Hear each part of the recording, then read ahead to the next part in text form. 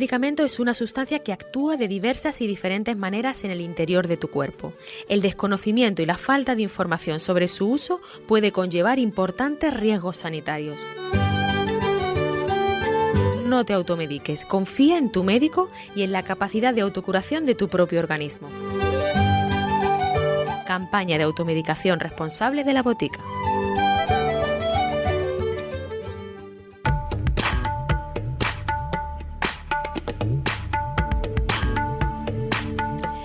Y comenzamos abriendo bien los ojos y los oídos para escuchar bien a nuestro primer invitado. Él es el doctor Sergio del Río, oftalmólogo del Hospital Costa del Sol. Muy buenas, doctor, bienvenido a la Botica.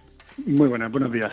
Bueno, lo primero que queremos saber es cuáles son los principales problemas de visión que se encuentran ustedes con los adultos. Bueno, en principio hay muchas causas de ceguera en España, ¿no? Tenemos muchas, como puede ser la miopía, la retinosis, la degeneración macular, pero hay algunas que lamentablemente están aumentando en frecuencia y, por ejemplo, una de ellas es la retinopatía diabética. Otras causas, como el glaucoma o las cataratas, pues actualmente no están aumentando y, bueno, pues eso es, digamos, esperanzador, ¿no? Uh-huh. ¿Y por qué ese repunte de retinopatía diabética? Bueno, posiblemente porque los principales factores de riesgo, digamos, en el proceso de producirse una ceguera, pues son la edad y en el mundo, digamos, en el primer mundo que nos encontramos, también la diabetes. Entonces, ambos inciden en que la retinopatía diabética pues esté aumentando como causa de ceguera en España. ¿Y qué es lo que ocurre? ¿Qué es lo que pasa en esta patología?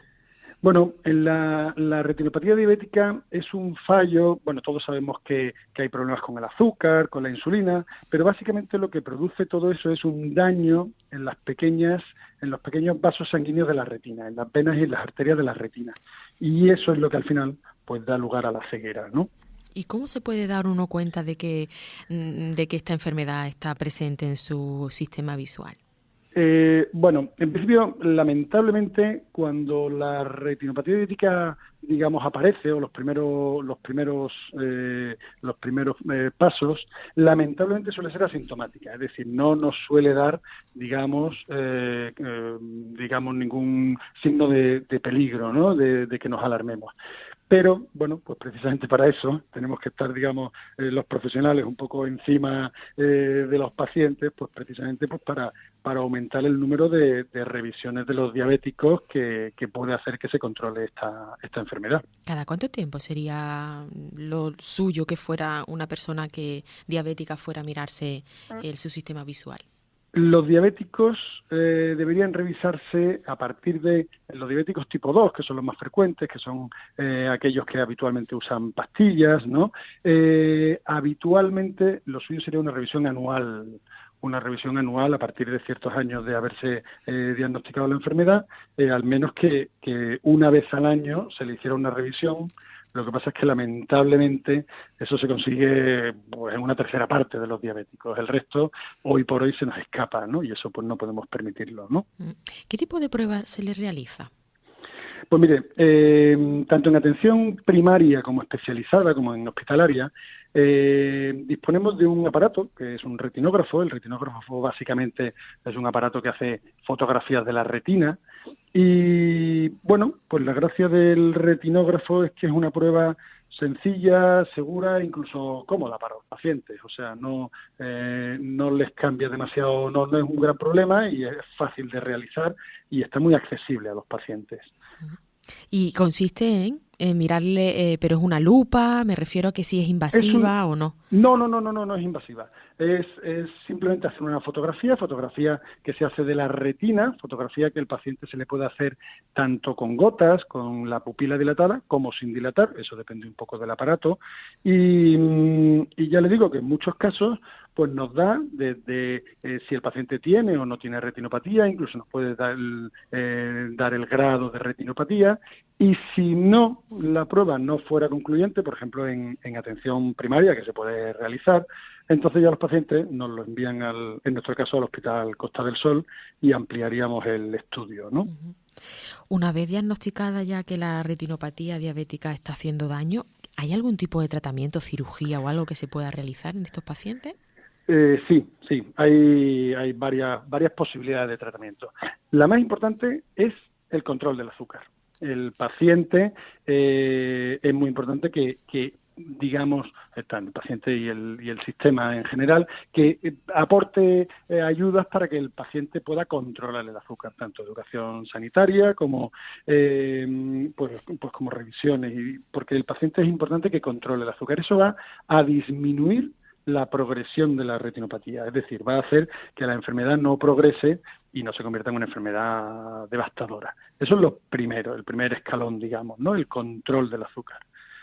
Si no se consigue, pues también podemos poner otros tratamientos, como por ejemplo es el láser. La retinopatía diabética, cuando en algunos casos pues hace falta que demos láser, eso se hace en la consulta del hospital, y bueno, en casos más avanzados pues hay otras que sí, efectivamente, son cirugías, eso ya son en casos severos, ¿no? Cirugía o incluso inyecciones de sustancias que se inyectan en el propio ojo. Doctor del Río, ¿el láser con qué se consigue con él, con su aplicación? Pues mire, el láser, bueno, por una parte, lamentablemente no consigue que desaparezca la enfermedad, pero sí consigue frenarla. El láser se hace en una consulta del hospital, es una consulta, bueno, digamos como las demás, el paciente acude, hay que echarle gotas para dilatar y lo que consigue el láser es frenar la progresión de la retinopatía diabética. Lo consigue no en todos los casos, pero sí desde luego en la mayoría de los casos. Frena la progresión de la retinopatía diabética. Y bueno, la complicación por excelencia sería la pérdida de visión, ¿no? Claro, lamentablemente en aquellos pacientes que no se consigue frenar la progresión de la enfermedad, bueno, pues pueden producirse ceguera, ¿no? Eso no es demasiado frecuente, pero sí que es verdad que entre un 20 o un 30% de los pacientes que tienen diabetes, pues se le puede producir una retinopatía diabética e incluso en algunos casos severos, sí. ¿Y esto ocurre a edades muy avanzadas o no tan avanzadas? Esto, bueno, ocurre habitualmente cuando la enfermedad lleva ya unos años de progresión. Es decir, es raro, por fortuna es raro, que cuando se le diagnostica al paciente digamos, nos encontremos ante un caso grave, ¿no? Hacen falta años de progresión, ¿no? Y habitualmente, pues conforme vamos teniendo más años y la enfermedad pues va también progresando, pues es más fácil que se produzca la retinopatía diabética y que aparezcan casos de ceguera, sí. Bueno, y todo pasar por prevenir, ¿no? En este caso la alimentación fundamental, ¿no? Y el control de los niveles glucémicos. Claro, efectivamente. A mí me gustaría, pues eso, que la gente supiera la importancia del control del azúcar, del control de la tensión arterial, de la importancia del ejercicio físico, bueno, y por qué no, también de las revisiones, tanto en atención primaria como en atención hospitalaria. Claro, además que solicitándola en su médico de cabecera se puede, sobre todo si es una persona diabética, también la diabetes tipo 1 puede verse afectada por esta retinopatía, ¿no?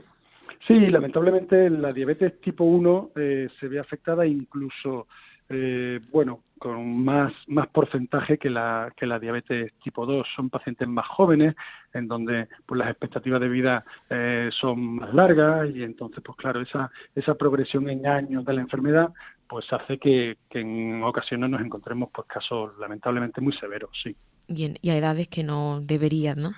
A edades que no deberían, efectivamente. Ninguna edad sería, digamos, deseable, pero claro, los pacientes tipo 1 habitualmente empiezan mucho más jóvenes y casos graves pues se nos presentan antes, sí.